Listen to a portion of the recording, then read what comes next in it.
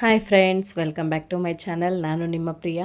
ಎಲ್ಲರೂ ಹೇಗಿದ್ದೀರಾ friends? I hope ಎಲ್ಲರೂ ಚೆನ್ನಾಗಿದ್ದೀರಾ ಅಂತ ತಿಳ್ಕೊಂಡು ಇವತ್ತಿನ ವಿಡಿಯೋ ಶುರು ಮಾಡೋಣ ಬನ್ನಿ. ಇವತ್ತಿನ ವಿಡಿಯೋ ಏನಪ್ಪ ಅಂದರೆ ಕೋಸು ಮತ್ತು ಹೆಸರು ಕಾಳು ಹಾಕಿ ಹೇಗೆ ಪಲ್ಯ ಮಾಡೋದು, ಸಿಂಪಲ್ ವಿತಿನ್ 10 ಮಿನಿಟ್ಸಲ್ಲಿ ಹೇಗೆ ಮಾಡೋದು ಅಂತ ನೋಡೋಣ. ಮೊದಲಿಗೆ ಸ್ಟವ್ ಅಂಟಿಸ್ಕೊಳ್ಳೋಣ. ಸ್ಟವ್ ಮೇಲೆ ಒಂದು ಕುಕ್ಕರ್ ಇಟ್ಟು ಹೆಸರು ಕಾಳು ಬಂದು ನಾನು ನೈಟ್ ನೆನೆ ಹಾಕಿಲ್ಲ, ಒಂದು 10 ನಿಮಿಷ ನೆನೆಸಿದ್ದೀನಿ ಅಷ್ಟೇ. ಅದು ಬೇಗ ಬೆಂದೋಗುತ್ತೆ. ಸೊ ಹಾಗಾಗಿ ಒಂದು 10 ನಿಮಿಷ ನೆನೆಸ್ಕೊಂಡಿದ್ದೀನಿ. ನೋಡಿ, ಹೆಸರು ಕಾಳು ಹಾಕ್ಕೊಂಡು ಹೆಸರು ಕಾಳು ಜೊತೆ ಕಟ್ ಮಾಡಿಕೊಂಡ್ರೆ ಕೋಸನ್ನ ನಾನು ಮೀಡಿಯಮ್ ಸೈಜ್ ಒಂದು ಕೋಸನ್ನ ಕಟ್ ಮಾಡಿಕೊಂಡಿದ್ದೀನಿ ಇವತ್ತು. ನೋಡಿ, ಕೋಸನ್ನ ಅದ್ರ ಜೊತೆಗೆ ಹಾಕಿ ಕಂಪ್ಲೀಟಾಗಿ ಆ್ಯಡ್ ಮಾಡಿಕೊಂಡು ಇದರಲ್ಲಿ ಕೋಸು ಮುಳುಗೋ ರೀತಿ ಒಂದು ಚೊಂಬು ನೀರು ಇದ್ದರೆ ಸಾಕಾಗತ್ತೆ ನಿಮಗೆ. ನೋಡಿ, ಕೋಸು ಮುಳುಗೋ ರೀತಿ ನೀರು ಇಕ್ಕೊಳ್ಳಿ. ತುಂಬ ನೀರು ಇಬೇಡಿ. ಬಸ್ಸಾರು ಮಾಡೋ ಹಾಗಿದ್ರೆ ನೀರು ಜಾಸ್ತಿ ಇಕ್ಕೊಂಡು ಆ ನೀರಲ್ಲಿ ಬಸ್ಸಾರು ಮಾಡ್ತಾರೆ. ನಾನಿವತ್ತು ಬರೀ ಪಲ್ಯ ಮಾಡ್ತಿರೋದ್ರಿಂದ ನೀರು ಜಾಸ್ತಿ ಹಾಕಿಲ್ಲ. ಸೊ ನೀರು ಹಾಕಿ ನೀರು ಜೊತೆ ರುಚಿಗೆ ತಕ್ಕಷ್ಟು ಉಪ್ಪು ಆ್ಯಡ್ ಮಾಡ್ಕೊತಾ ಇದ್ದೀನಿ. ಉಪ್ಪು ಆ್ಯಡ್ ಮಾಡಿಕೊಂಡು ಕುಕ್ಕರ್ ಮುಚ್ಚಳ ಹಾಕಿ ಕ್ಲೋಸ್ ಮಾಡ್ತಾಯಿದ್ದೀನಿ. ಇವತ್ತು 2 ವಿಷಿಲ್ ಇಟ್ಟರೆ ಸಾಕು. ಹೆಸರು ಕಾಳು ಬಂದು ಬೇಗ ಬೆಂದೋಗುತ್ತೆ. ಸೊ ತುಂಬ ಬೆಂದರೂ ಚೆನ್ನಾಗಿರಲ್ಲ. ಇದಕ್ಕೆ ಒಂದು ಈರುಳ್ಳಿ, ಅರ್ಧ ಚಿಕ್ಕ ತೆಂಗಿನಕಾಯಿ ತೊಗೊಂಡಿಕೊಂಡಿದ್ದೀನಿ. ಜೊತೆಗೆ 3 ಹಸಿಮೆಣ್ಸಿನ್ಕಾಯಿ, 3 ಒಣಮೆಣ್ಸಿನ್ಕಾಯಿ ಕೊಂಡಿದ್ದೀನಿ. ಜೊತೆಗೆ ಬೆಳ್ಳುಳ್ಳಿ. ನೋಡಿ, ಈರುಳ್ಳಿನ ಕಟ್ ಮಾಡ್ಕೊಳ್ಳೋಣ. ಕುಕ್ಕರ್ ಒಂದು ಕಡೆ ಇಟ್ಟಿದ್ದೀವಿ, ಬಾಯ್ಲ್ ಆಗ್ತಾ ಇರಲಿ. ಸೊ ಸಿಂಪಲ್, ನೀವು ಎಲ್ಲ ರೆಡಿ ಮಾಡ್ಕೊಳ್ಳೋಷ್ಟಲ್ಲಿ ವಿಷಿಲ್ ಬಂದುಬಿಡುತ್ತೆ. ಒಂದು ವಿತಿನ್ 10 ಮಿನಿಟ್ಸಲ್ಲಿ ಪಲ್ಯ ಆಗಿಬಿಡುತ್ತೆ. ಸೊ ಬೆಳಗ್ಗೆ ಆಗಲಿ ಮಧ್ಯಾಹ್ನ ಊಟಕ್ಕೆ ಸಾಂಬಾರಿಗೆ ಪಲ್ಯ ಎಲ್ಲ ಚೆನ್ನಾಗಿರುತ್ತೆ. ಇದು ಚಪಾತಿಗೂ ಚೆನ್ನಾಗಿರುತ್ತೆ. ಮಕ್ಕಳು ಕೋಸು ತಿನ್ನಲ್ಲ. ಸೊ ಹಾಗಾಗಿ ನಾನು ಹೆಸರು ಕಾಳು ಹಾಕಿ ಜೊತೆಗೆ ಕಾಳಿದ್ರೆ ತಿಂದ್ಬಿಡ್ತಾರೆ ಅಂತ ಹೇಳಿ ಹೆಸರು ಕಾಳು ಹಾಕಿ ಕೋಸು ಜೊತೆಗೆ ಮಾಡ್ತಾಯಿದ್ದೀನಿ ಇವತ್ತು. ನೋಡಿ, ಈರುಳ್ಳಿ ಕಟ್ ಮಾಡ್ಕೊಳ್ಳೋಣ. ತೆಂಗಿನಕಾಯಿ ತುಂಬ ದೊಡ್ಡದು ತೊಗೊಂಡಿಲ್ಲ ನಾನು ಇವತ್ತು, ಚಿಕ್ಕದಾಗಿ ತೊಗೊಂಡಿದ್ದೀನಿ. ನೋಡಿ, ಈರುಳ್ಳಿ ಕಟ್ ಮಾಡಿದ್ಮೇಲೆ ಬೆಳ್ಳುಳ್ಳಿನ ಹೊಟ್ಟು ತೆಗೆದು ನೋಡಿ ಈ ರೀತಿ ಒಟ್ಟು ತೆಗೆದು ಜಜ್ಜಿ ಇಕ್ಕೊಂಡಿದ್ದೀನಿ. ನಾನು ಇವತ್ತು ಪೇಸ್ಟ್ ಏನೂ ಮಾಡಿಲ್ಲ, ಹಾಗೆ ಜಜ್ಜಿ ಅದನ್ನು ಇಕ್ಕೊಂಡಿದ್ದೀನಿ. ಜೊತೆಗೆ ನೋಡಿ, ತೆಂಗಿನಕಾಯಿನ ತುರ್ಕೊಳ್ಳೋಣ ಇವತ್ತು. ನೋಡಿ, ತೆಂಗಿನಕಾಯಿನ ತುರ್ಕೊಳ್ಳೋಣ. ಸಣ್ಣದಾಗಿ ತುರ್ಕೊಳ್ಳಿ. ಕಾಯಿ ತುರಿ ಇರೋರು ಕಾಯಿ ತುರಿಲಿ ತುರ್ಕೊಳ್ಳಿ. ನಾನು ಇದರಲ್ಲಿ ತುರ್ಕೋತಾ ಇದ್ದೀನಿ ನೋಡಿ. ಸೊ ಈ ಗ್ಯಾಪಲ್ಲಿ ವಿಷಿಲ್ ಬರ್ತಾ ಇದೆ. ಸೊ ಚೆಕ್ ಮಾಡೋಣ ಕುಕ್ಕರ್ ವಿಷಿಲ್ ಬರ್ತಿದ್ದೆ ಅಂತ ಹೇಳಿ. ನೋಡಿ, ಆ್ಯಕ್ಚುಲಿ ವಿಷಿಲ್ ಬರ್ತಿದೆ.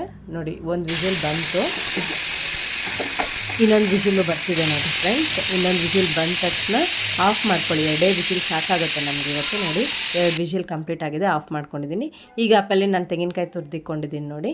ನೋಡಿ, ತುರಿದಿಕ್ಕೊಂಡು ಮೆಣಸಿನ್ಕಾಯಿನ ಈ ರೀತಿ ಒಣಮೆಣ್ಸಿನ್ಕಾಯಿ 2 ಕಟ್ ಮಾಡ್ಕೊಳ್ಳಿ. ಹಸಿಮೆಣ್ಸಿನ್ಕಾಯಿನ ಬಂದು 2 ಕಟ್ ಮಾಡ್ಕೊಳ್ಳಿ. ನೋಡಿ, ಇಷ್ಟೇ ನಮಗೆ ಬೇಕಾಗಿರೋ ಇಂಗ್ರೀಡಿಯೆಂಟ್ಸು. ಇದರ ಜೊತೆಗೆ ಎಣ್ಣೆ, ಸಾಸಿವೆ, ಕರಿಬೇವು ಸೊಪ್ಪು ಇಷ್ಟಿದ್ರೆ ಸಾಕು ಫ್ರೆಂಡ್ಸ್. ಇವತ್ತಿನ ಅಡುಗೆ ಬೇಗ ರೆಡಿ ಆಗುತ್ತೆ. ನೋಡಿ, ಎಣ್ಣೆ ಜೊತೆಗೆ ಸ್ವಲ್ಪ ಎಷ್ಟು ಬೇಕೋ ಎಣ್ಣೆ, ಸ್ವಲ್ಪ ಸಾಸಿವೆ ಮತ್ತು ಕರಿಬೇವು ಸೊಪ್ಪು, ಪಿಂಚ್ ಆಫ್ ಅರಿಶಿನ. ನಾನು ಕರಿಬೇವು ಸೊಪ್ಪು ತೋರಿಸಿಲ್ಲ. ಸೊ ಒಗ್ಗರಣೆ ಹಾಕೋವಾಗ ನೋಡಿ ಹಾಕ್ತೀನಿ. ಪಿಂಚ್ ಆಫ್ ಅರಿಶಿನ, ಕಾಯಿ ತುರಿ, ಇಷ್ಟೇ, ಇನ್ನೇನೂ ಬೇಕಿಲ್ಲ. ನೋಡಿ, ನಾನಿವತ್ತು ನೀರು ಜಾಸ್ತಿ ಇಕ್ಕಿಲ್ಲ, ಎಷ್ಟು ಬೇಕೋ ಅಷ್ಟು ಇಕ್ಕೊಂಡಿದ್ದೀನಿ ನೀರನ್ನ. ಸೊ ಸುಮ್ಮನೆ ಅದು ಬೆಂದು ನೀರು ಯಾಕೆ ವೇಸ್ಟ್ ಮಾಡೋದು ಅಂತ ಲಿಮಿಟಾಗಿ ನೋಡಿ ಚೆನ್ನಾಗಿ ಬೆಂದಿದೆ. 2 ವಿಷಿಲ್ ಸಾಕು, ಜಾಸ್ತಿ ಇಡಲಿಕ್ಕೆ ಹೋಗಬೇಡಿ. ಕೋಸು ಬೇಗ ಬೆಂದೋಗುತ್ತಲ್ವ. ಸೊ ಹಾಗಾಗಿ ನೋಡಿ, ಬ್ಯಾಲೆನ್ಸ್ ಇರೋ ನೀರನ್ನ ಬಂದು ಫಿಲ್ಟ್ರ್ ಮಾಡ್ಕೊಳ್ಳೋಣ. ಯಾಕೆ ಪಲ್ಯಕ್ಕೆ ಬಂದು ನೀರು ಬೇಕಾಗಿಲ್ಲ ಅಲ್ಲ, ಅವಶ್ಯಕತೆ ಇರೋದ್ರಿಲ್ಲ. ಸೊ ಹಾಗಾಗಿ ಫಿಲ್ಟ್ರ್ ಮಾಡಿಕೊಂಡಿದ್ವಿ. ಈಗ ಸ್ಟವ್ ಅಂಟಿಸ್ಕೊಂಡು ಸ್ಟವ್ ಮೇಲೆ ಒಂದು ನಾನ್ ಸ್ಟಿಕ್ ಕಡಾಯಿ ಇಕ್ಕೊಳ್ಳಿ.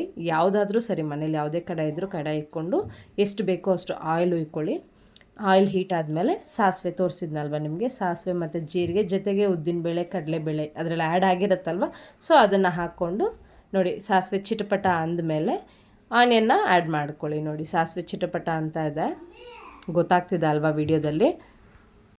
ಸೊ ಚಿಟಪಟ ಅಂದಮೇಲೆ ನೋಡಿ, ಈರುಳ್ಳಿ ಆ್ಯಡ್ ಮಾಡ್ಕೊಳ್ಳಿ. ಈರುಳ್ಳಿ ಮತ್ತು ಕರಿಬೇವು ಸೊಪ್ಪು, ಹಸಿಮೆಣ್ಸಿನ್ಕಾಯಿ ನೀವು 3 ಒಟ್ಟಿಗೆ ಹಾಕೋಬೋದು, ನೋ ಪ್ರಾಬ್ಲಮ್. ನೋಡಿ, ಮೆಣಸಿನ್ಕಾಯಿ ಮತ್ತು ಬೆಳ್ಳುಳ್ಳಿ ಆ್ಯಡ್ ಮಾಡಿಕೊಂಡು ಜೊತೆಗೆ ಈರುಳ್ಳಿ ಸ್ವಲ್ಪ ಹೊತ್ತೂ ಬಿಡಲ್ಲ ನಾನು, ಜಸ್ಟ್ ವಿತಿನ್ ಸೆಕೆಂಡ್ಸಲ್ಲೇ ಅದು ಸುಮ್ಮನೆ ಹಂಗೆ ಫ್ರೈ ಮಾಡ್ಕೊಂಡು ಅದ್ರ ಜೊತೆಗೇ ಈರುಳ್ಳಿ ಆ್ಯಡ್ ಮಾಡ್ಕೊತಾ ಇದ್ದೀನಿ. ಇದು 3 ಒಟ್ಟಿಗೆ ಹಾಕ್ಕೊಂಡ್ರೂ ಏನು ವರಿ ಇಲ್ಲ.